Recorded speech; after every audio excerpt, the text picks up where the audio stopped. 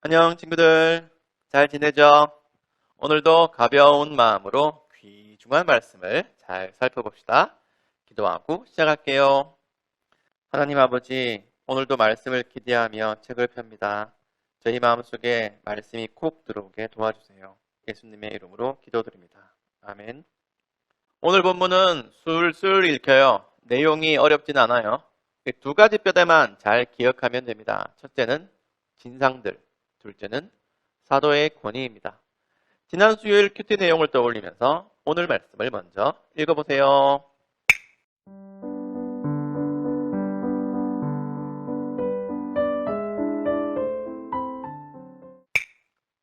잘 봤지요? 1분단은요, 1절에서 5절인데 바울의 행적을 알려줘요.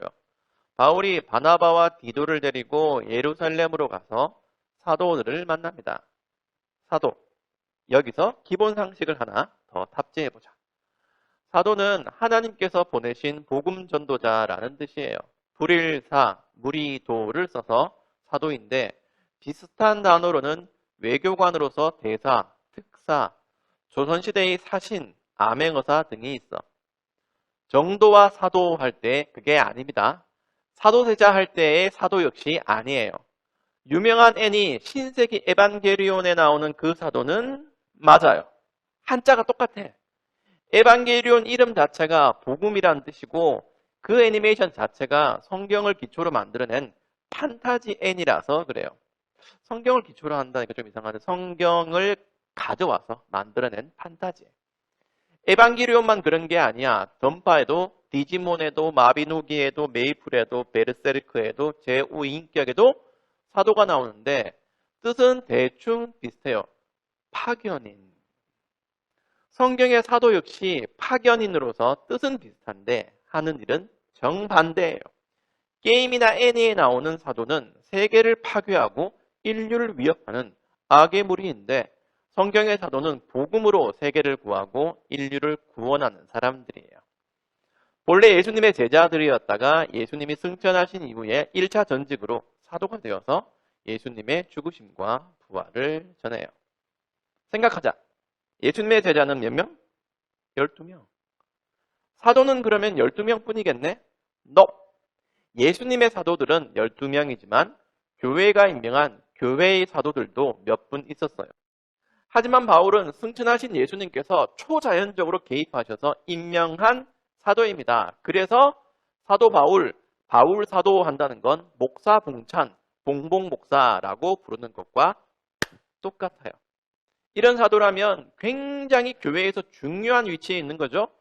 그만큼 사도의 권위가 세, 강력하지. 그러나 사도의 권위라는 건 장풍 쏘고 병고 치고 귀신 쫓아내는 거 그런 거 아니에요. 내가 크림빵을 좋아하니 성도들도 크림빵을 드세요 하는 것도 아니야. 사도의 권위란 예수님의 죽으심과 부활을 전달하는 권위예요. 사극을 보면 어명을 받으시오 하는 장면이 나와요. 두루마리를 확 펼치는데 그걸 든 사람이 누구든 다 엎드리지 어명의 전달자일 뿐이지만 왕의 권위를 등에 업었죠. 그래서 계급이 높은 사람이라도 왕 앞에 있는 것처럼 행동해요. 심지어 명나라 황제가 사신을 보내 친서를 전달하면 세종대왕님도 그 앞에 무릎을 꿇었어.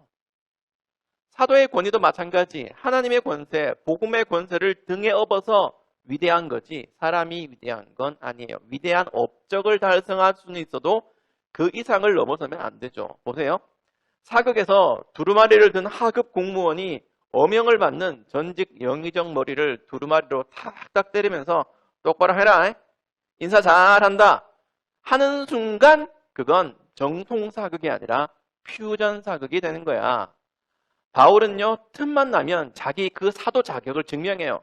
사도의 권위를 내세워요. 갈라디아서 1장 1절에서도 봤잖아. 사람들이 뽑은 것도 보낸 것도 아니라 예수님과 하나님 아버지께서 자기를 사도로 삼으셨다고. 왜? 복음의 권위를 잘 세우기 위해서. 그래야 전도가 잘 되니까. 속된 말로 말빨이 서니까. 그러니까 왜 그렇게 자격 증명에 집착하냐고? 수요일에 말했지요. 교회 안에 진상들이 있었다고. 그 인간들을 달리 어떻게 부르나요? 구체적으로 무슨 짓을 벌이나요? 1문단을 참고해 보세요.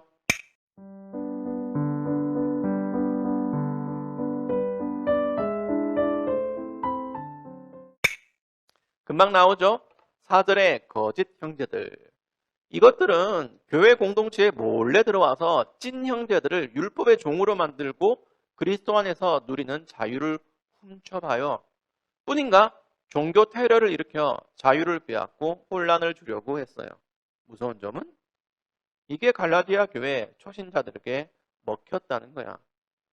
헷갈릴 수밖에 없는 게 거짓 형제들도 그게 하나님의 뜻이라고 하거든.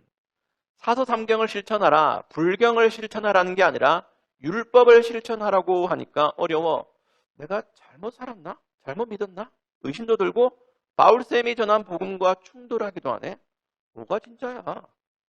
이러면 교회는요, 무너질 수 있어요. 복음의 기초가 얕으면 반드시 그렇게 됩니다. 얼마나 그게 중요하냐면 바울 사도가 갈라디아서 2장에서까지 이걸 다시 증명할까? 바울은 다른 사도들에게 자격을 인정도 받았다고 해요. 그래서 하나님이 파견하시고 사도들이 인정한 내 말이 맞아. 내가 전한 게 바른 복음이야 라고 애타게 증명해요. 다른 누구도 아닌 갈라디아 성도들 당신들 이방인을 위한 파견인 사도가 바로 나라고 이제 함께 자유를 누리자고 본론을 말할 겁니다.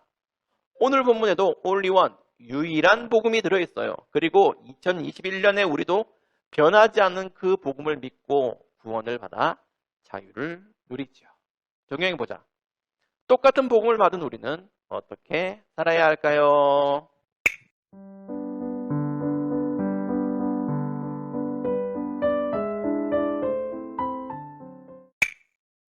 여러분, 현대에는요, 사도가 없어요.